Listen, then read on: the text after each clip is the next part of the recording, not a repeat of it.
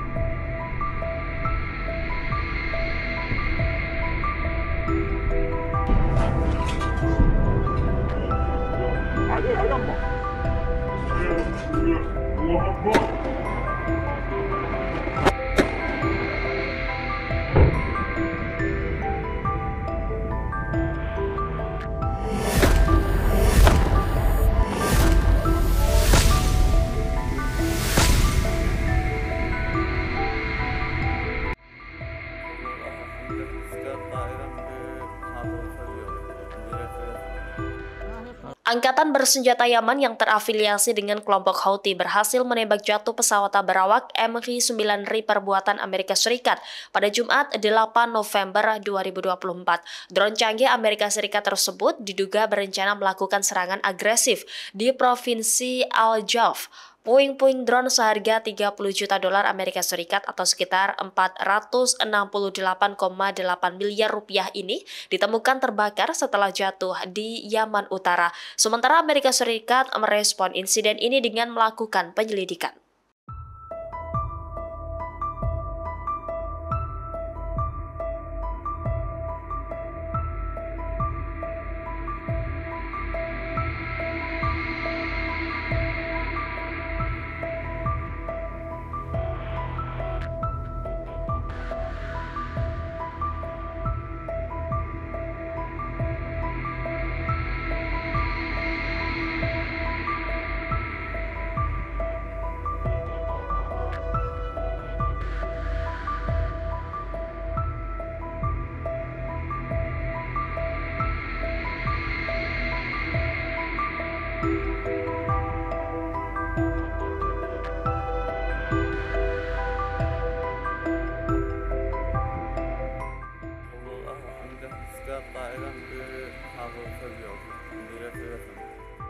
هذا طيران الأمريكي يحرق في صحراء الجوف اليتم. يا ربي لك الحمد.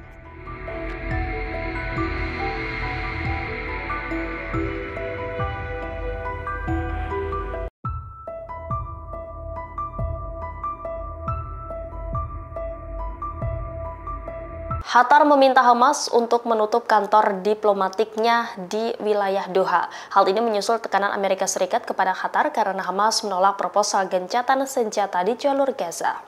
Permintaan penutupan kantor Hamas telah diajukan Qatar sekitar 10 hari yang lalu setelah diskusi intensif dengan pejabat Amerika Serikat. Demikian diungkap oleh pejabat senior Biden kepada Time of Israel pada Jumat 8 November. Amerika Serikat telah memperingatkan Qatar sejak Perang Pecah 7 Oktober. Menurut Amerika, Qatar tidak akan dapat mempertahankan bisnis dengan Hamas. Saat itu pemerintah Qatar menunda mengusir Hamas karena menganggap saluran komunikasi dengan Hamas sangat penting terkait gencatan senjata dan pembebasan sandera. Pembicaraan tersebut berhasil mencapai kesepakatan selama seminggu pada November lalu, tetapi gagal mengamankan gencatan senjata permanen atau pembebasan 101 sandera yang tersisa. Setelah itu Hamas menolak proposal gencatan senjata berulang kali untuk membebaskan sandera, sehingga Amerika menekan Qatar untuk mengusir Hamas di Doha. Keputusan Amerika Serikat tersebut juga bertepatan dengan dibukanya dakwaan terhadap pejabat Hamas, termasuk salah satu pemimpin utamanya yakni Khaled Meshaal yang diketahui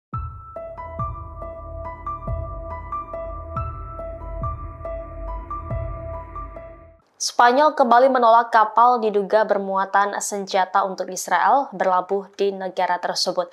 Dilaporkan ada 2 kapal kargo milik Amerika Serikat yang dilarang berlabuh di Spanyol. Demikian diungkap oleh juru bicara Kementerian Luar Negeri Spanyol pada Kamis 7 November 2024. Pemerintah Spanyol telah melacak perjalanan 2 kapal Amerika, di mana kapal Mark Denver telah meninggalkan New York pada 31 Oktober lalu. Sementara kapal Mark Seletar telah meninggalkan New York pada 4 November. Kedua kapal itu diperkirakan akan transit di Algeciras pada tanggal 9 dan 14 November. Spanyol memastikan kapal-kapal Amerika Serikat itu tidak akan singgah di pelabuhannya. Anggota parlemen Enrique Santiago sebelumnya telah meminta agar Jaksa Agung mengambil kebijakan. Ia memperingatkan bahwa kedatangan kapal-kapal tersebut merupakan pelanggaran terhadap hukum pidana negara itu.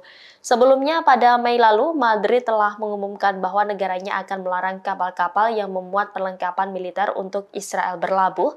Namun, pekan ini penyelidikan Progresif Internasional dan Gerakan Pemuda Palestina mengungkapkan bahwa sedikitnya 25 pengiriman senjata Amerika untuk Israel antara bulan Mei dan September berhenti di pelabuhan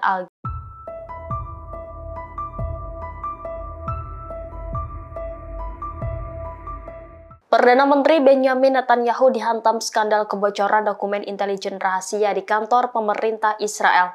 Keamanan Israel telah menangkap 4 orang tersangka termasuk ajudan Netanyahu terkait kasus tersebut. Kini Jaksa Agung Israel memberi perintah untuk menyelidiki sang Perdana Menteri. Perintah penyelidikan itu disampaikan oleh Jaksa Agung Israel Gali Baharaf Miara. Media Israel pada Jumat 8 November melaporkan bahwa Baharaf Miara memberi wewenang untuk menyelidiki kantor Benjamin Netanyahu. Jaksa Agung disebut juga memberi lampu hijau kepada pihak berwenang untuk menyelidiki Netanyahu.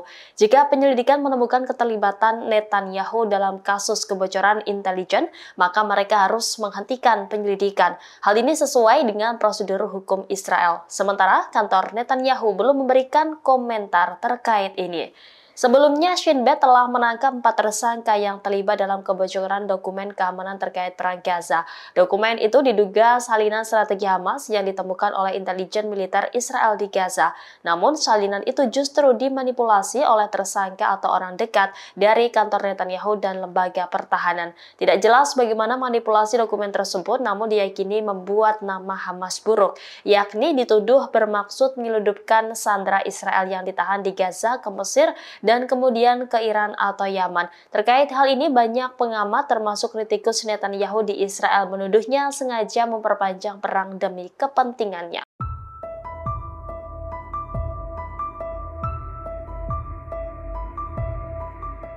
Perdana Menteri Israel Benjamin Netanyahu mengirimkan 2 pesawat ke Belanda pada Kamis 8 November lalu. Hal ini menyusul kerusuhan dalam pertandingan Liga Eropa, Ajax versus Maccabi Tel Aviv di Amsterdam. Media lokal Israel melaporkan setidaknya 10 warga Israel terluka akibat bentrok dengan supporter sepak bola di Amsterdam. Sementara itu, polisi setempat menangkap lebih dari 67 orang yang terlibat dalam kerusuhan tersebut. Adapun bentrokan ini terjadi dipicu oleh para pendukung klub sepak bola Israel Maccabi Tel Aviv yang melakukan aksi barbar. Mereka menyerbu kota, merobek bendera Palestina, dan meneriakkan slogan-slogan yang menghasut. Insiden itu terjadi sebelum dan sesudah pertandingan Maccabi melawan Ajax. Aksi yang dilakukan pendukung klub bola Israel memicu kemarahan yang meluas. Para penggemar Israel juga bentrok dengan orang-orang yang lewat. Mereka merusak properti, membakar bendera Palestina, bahkan menyerang warga sipil dan melawan petugas penegak hukum. Meski begitu, Perdana Menteri Israel Benjamin Netanyahu menganggap kerusuhan itu adalah kekejaman terhadap warga Israel. Download Tribun X sekarang, menghadirkan lokal menjadi Indonesia.